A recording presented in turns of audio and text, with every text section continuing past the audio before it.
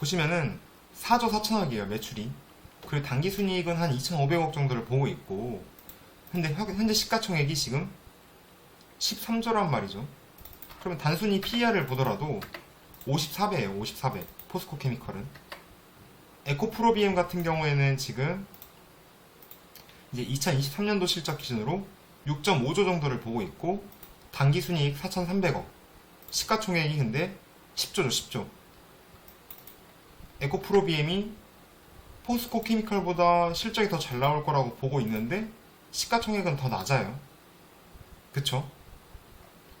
LNF를 본다라고 하면은, 아까 이제 제가 LNF가 거의 에코프로비엠을 잡았다라고 하는데 매출액 기준으로 보면 거의 비슷해요. 6.5조, 그리고 LNF가 6.3조. 물론 당기순이익은 좀 떨어지긴 합니다. PER은 24배. 그래서 LNF랑 에코프로비엠은 비슷한 PER을 유지하고 있는데 포스코케미컬은 54배란 말이죠. 이게 저는 좀 요새 이해가 잘 안 가는 거예요. 아니, 포스코케미컬이 좋아.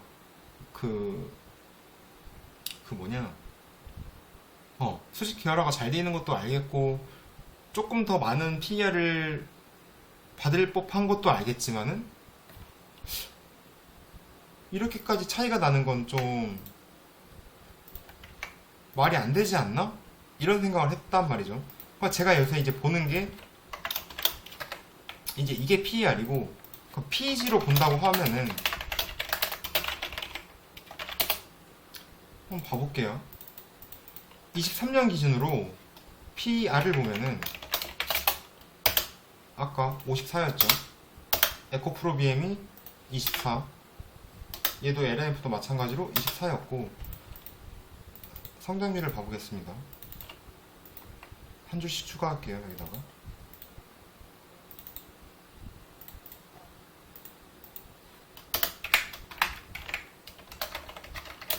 이렇게 하면 되잖아요.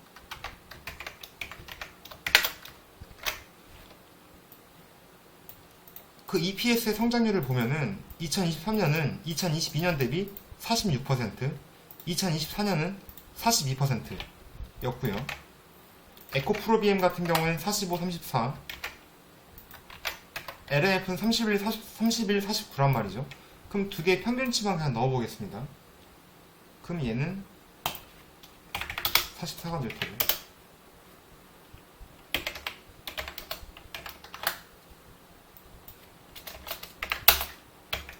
이게 되겠죠.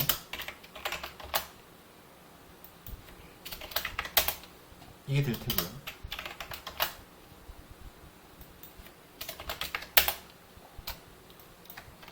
이렇게 되겠죠. 그럼 PEG 값은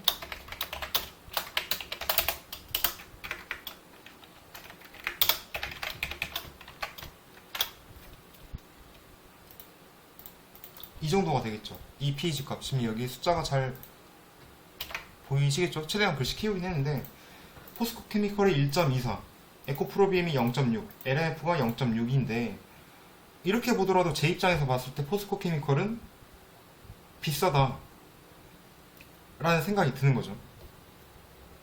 에코프로비엠 영업이익이 높은 이유는 뭘까요? LNF 대비 명확하게 어디에서 얼마나 차이가 나는지, 일단 영업이익률 한번 봐보겠습니다. 얼마나 차이가 나는지.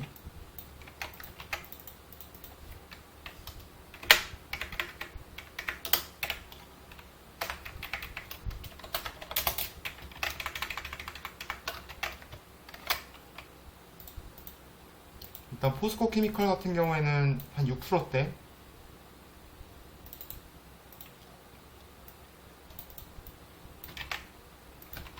에코프로비엠은 8%대. 최근 것만 얘기할게요.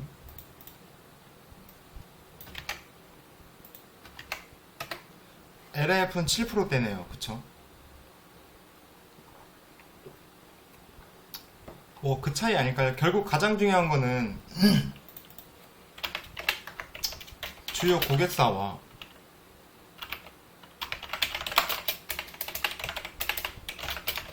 계약,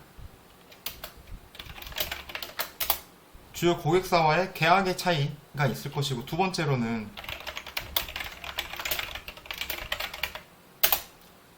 에코프로비엠이 아무래도 LMF 대비해서 수직 계열화가 잘 되어 있다 보니까 그나마 조금 더 이익률이 좀 높을 수 있는 거 아닐까? 라는 생각은 듭니다. 회장님 성씨가 허씨라?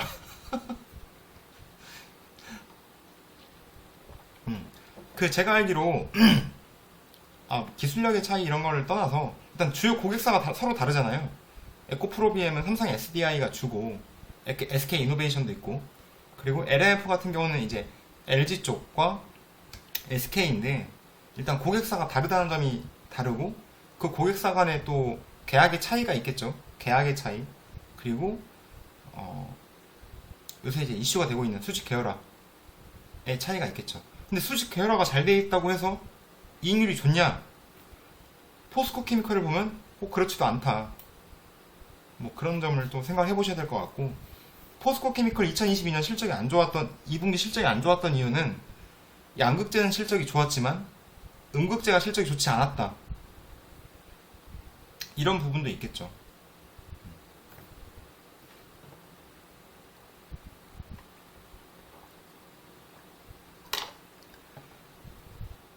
근데 여기까지만 봤을 때는 제가 보니까 포스코 케미컬의 현재 주가는 너무 비싼 거예요.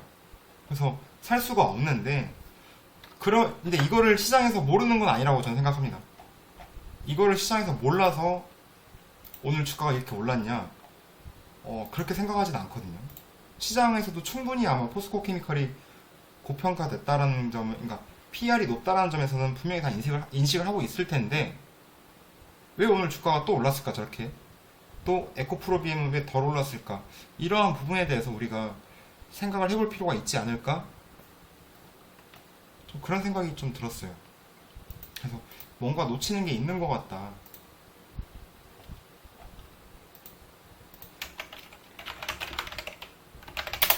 그래서 저는 오늘 포스코 케미컬을 좀 보고 싶더라고요.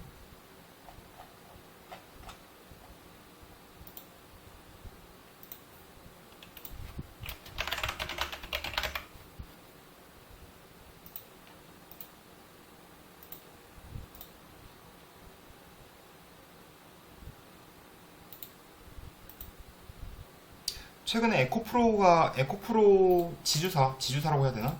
에코프로가 올랐던 것도 같은 맥락이라고 저는 생각하고 있었거든요. 오늘은 오르지 않았네요.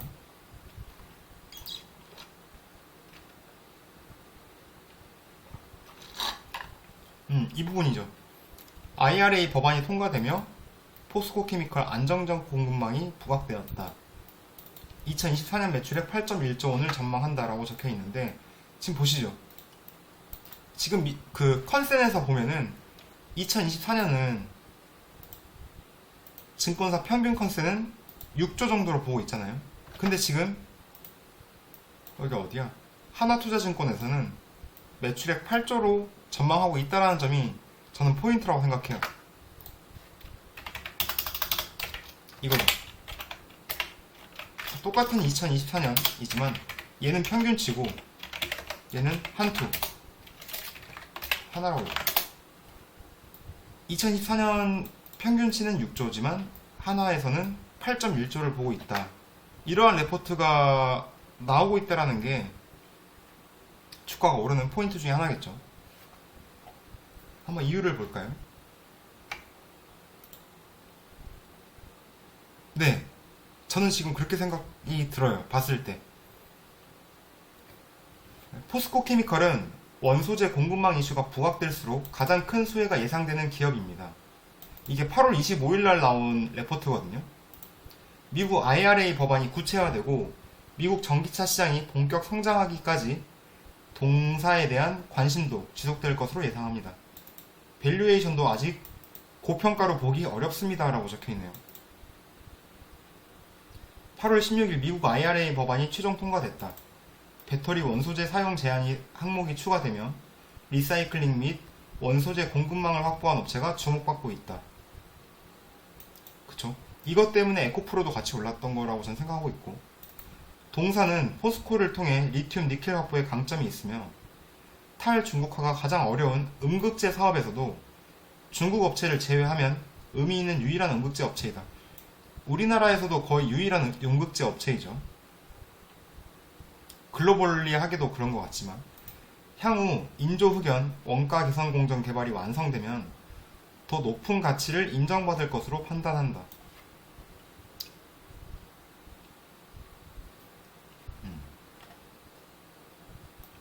그래서 2024년 실적을 매출 8.1조 원, 영업이익 6,738억, 6738. 그럼 이것만 보더라도 기존 컨센 대비 매출은 34%, 영업이익은 61% 상향된 거거든요. 그러면 이걸 또 기준으로 조금 더 내용을 가볼게요. 동사의 2024년 양극재 생산량은 13만 톤, 에코프로 BM, LNF 생산량은 각각 19만 톤 추정.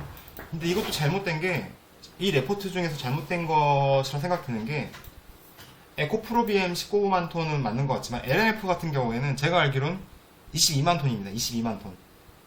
근데 추정이 좀 잘못되긴 했지만은, 그러니까 여전히 2024년이 되더라도 포스코 케미컬의 양극재는 13만 톤, LNF가 22만 톤이면 LNF보다는 낮아요. 양극재 생산량이. 근데 그 단순하게 그 생산량 자체가 중요한 것이 아니라 그 변동량이 중요한 거겠죠. 그래서 이제 포스코 케미컬의 양극재 캐파를 보면은 여기 어디 나와 있습니다. 나와 있는데 여기 있다. 현재 이제 2022년 기준으로 포스코 케미컬 양극재 생산량이 10만 톤이고 2025년에 34만 톤까지 보고 있어요. 근데 2024년도에 이 레포트에서는 13만 톤을 보고 있지만 제가 생각하기에는 그 이상일 거라고 저는 생각이 들어요. 왜냐면 LNF 같은 경우도 원래 2024년 기준으로 20만 톤 기준이었거든요. 근데 최근에 상향됐어요. 그게 22만 톤으로. 그래서 그 포스코 케미컬의 양극재 생산량도 현재 13만 톤 정도로 보고 있지만 더 이상이 나올 것 같다라는 게 제 개인적인 생각입니다. 저도 지금 이 레포트 처음 보는 건 아닌데 오랜만에 다시 보는 거거든요. 몇 주 만에. 매출의 컨센도 동종 업체들과 눈높이가 맞춰져야 한다고 판단한다.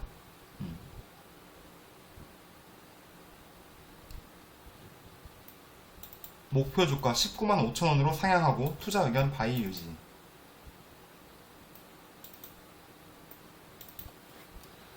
보면은 2차전지 사업부에 내재된 2024년 PE는 24배, 에코프로 BM은 21배, LNF는 16배로 과도한 고평가로 보기 어렵다 라고 하는데 한번 봐볼까요?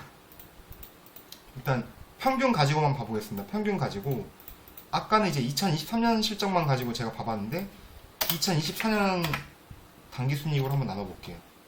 이렇게 되겠죠? 그럼 이제 38배, 에코프로 BM은 18배, LNF는 16배가 되겠네요. 그러니까 2차전지주 같은 양극재 같은 경우에 2024년 실적을 기준으로, 그러니까 2년치 실적을 끌고 왔다라고 표현을 많이 하더라고요. 증권사 애널들이 하는 얘기들을 보면은 2년치 실적을 끌고 왔다라고 해서 2년 뒤에 당기 순이익을 가지고 PER을 측정하는 게 하나의 약간 좀 흐름처럼 느껴졌던 것 같아요. 여기서도 똑같은 얘기를 하고 있는 거죠. 그런 추세를 따르고 있는 레포트라고 생각이 듭니다. 포스코 그룹의 2차전지 소재 수직 계열화 전략이 밸류에이션 프리미엄 요인으로 작용하리라 판단한다. 여기까지는 동의를 합니다. 저도.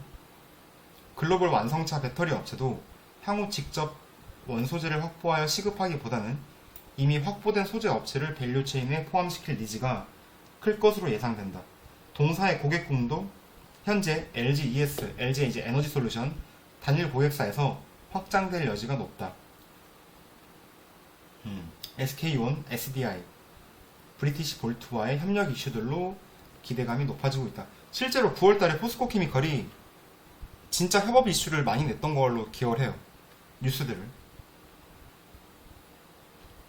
그래서 보면은 이제 여기에 양극재와 음극재, 철강 사업부 같은 경우는 이제 광물 사업이라고 보면 되려나? 잠시만요. 여기에 보면은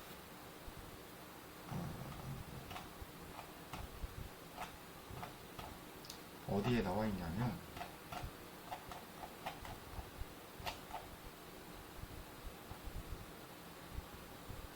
내화물 제조 정비. 포켓은 기술 개발 진행 중이죠. 어떤 기술 개발을 진행 중이라고 말씀하시는 걸까요? 양극재 기술 개발 말씀하시는 건가요? 여기 라인 케미컬 같은, 여기 이제 그 포스코 케미컬 같은 경우에 양극재, 음극재, 그리고 내화물 제조 정비가 있는데, 이거는 뭐 탄소광, STS, 전로 등 해서, 저는 이제 제가 그동안에 그 포스코 케미컬을 볼 때 아예 그 배제하고 봤던 부분입니다. 배제하고 봤던 부분. 아, 그렇죠. 진행 중이죠. 여기도 진행 중이고, 양극재를 생산은 이미 하고 있긴 하죠. 이미 이제 LG 에너지 솔루션하고 그 뭐냐, 그 이제 LG 에너지 솔루션이랑 그 GM이랑 같이 합작해서 만든 회사 있잖아요. 얼티엄 셀즈. 거기에도 이미 뭐 납품을 준비 중인 것으로 알고 있습니다. 근데 2024년 퍼 밸류를 기준 삼는 시점부터 이 회사의 주가에 어느 정도 미래 가치를 땡겨온 걸 이야기해야 할 듯한데, 싸다고는 말하기 힘들지 않을까. 그쵸. 근데 이제 한화에서 내놓은 레포트를 잠깐 좀 더 얘기를 해보자면, 어떤 얘기를 하고 싶은 거냐면, 여기 이제 당기 순이익에 대해서는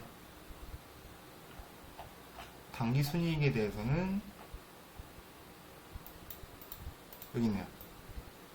아까 이제 영업이익이 674였고, 그쵸, 674. 그리고 당기순이익이 545. 그 5450 정도가 되겠죠. 그러면 이게 기존 컨센 대비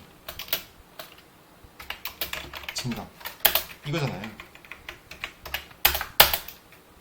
이거 이 부분을 제가 얘기하고 싶은 거였는데, 이제 이건 지울게요. 영업이익이 여기도 지우고 여기도 지우겠습니다. 보면은 EPS 증감률 같은 경우는 이렇게 된다라고 하면은 2024년은 그러니까 한화에서 나온 2024년 컨센은 2023년 대비 단기 EPS 증가율이 114%가 되는 것이고, 이거 두 개를 단순히 평균 내보자면 80%가 되는데, 여기가 80이 된다라고 하면은 0.68이 되더라고요. 0.68이 되네요. 그러니까 하나투자증권에서 나온 저 8.1조가 정말 가능성이 높다라고 하면은 PEG로 봤을 때 현재 주가가 말이 될 만한 수준일 수도 있겠다 라는 생각이 좀 들지 않나요? 뭐 저만 그런 생각 들 수도 있긴 한데, 또 제가 아까 이제 영상 초반에 오늘 영상이 라이브가 끝나갈 때쯤 되면은 마이너스 한 1%까지 반등을 좀 하기를 기원을 했었는데, 어김없이 더 떨어져 버리네요.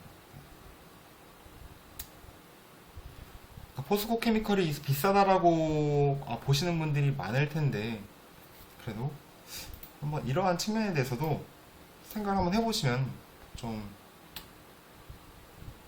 좋지 않을까 생각합니다. 물론 저는 포스코 케미컬을 살려고 이런 말을 하고 있는 건 아닙니다. 절대 그런 건 아니고, 포스코 케미컬이 올랐는데, 그러니까 보통 그렇잖아요. 그 예전에 박세익 전문가가 했던 말인데, 3프로TV에서 시장은 그 누구보다 천재다, 그 누구보다 머리가 좋다, 이렇게 말한 게 아니라 IQ가 굉장히 높다 시장이, 이렇게 말했던 거를 좀 감안한다면 포스코 케미컬이 저렇게 오르는 데는 합당한 이유가 있을 것이다 라고 생각하면서 이유를 찾아보는 게 또 하나의 작은 재미라면 재미인 것 같고, 또 그 종목을 통해서 내 종목은 그렇다면 어느 정도의 상황인 걸까를 좀 이렇게 비교해보는 것도 하나의 재미인 것 같습니다. 준비한 영상은 여기까지입니다. 제 채널을 후원해주시는 경수님, 엘리님, 옥상댄스님, 이영옥님, 정숙최님, 임스미래님, 허니쭈님, 안산오리님께 감사한 마음을 전합니다. 영상과 관련된 생각을 편하게 댓글로 남겨주세요. 구독과 좋아요는 언제나 힘이 됩니다. 영상 끝까지 시청해주셔서 감사합니다.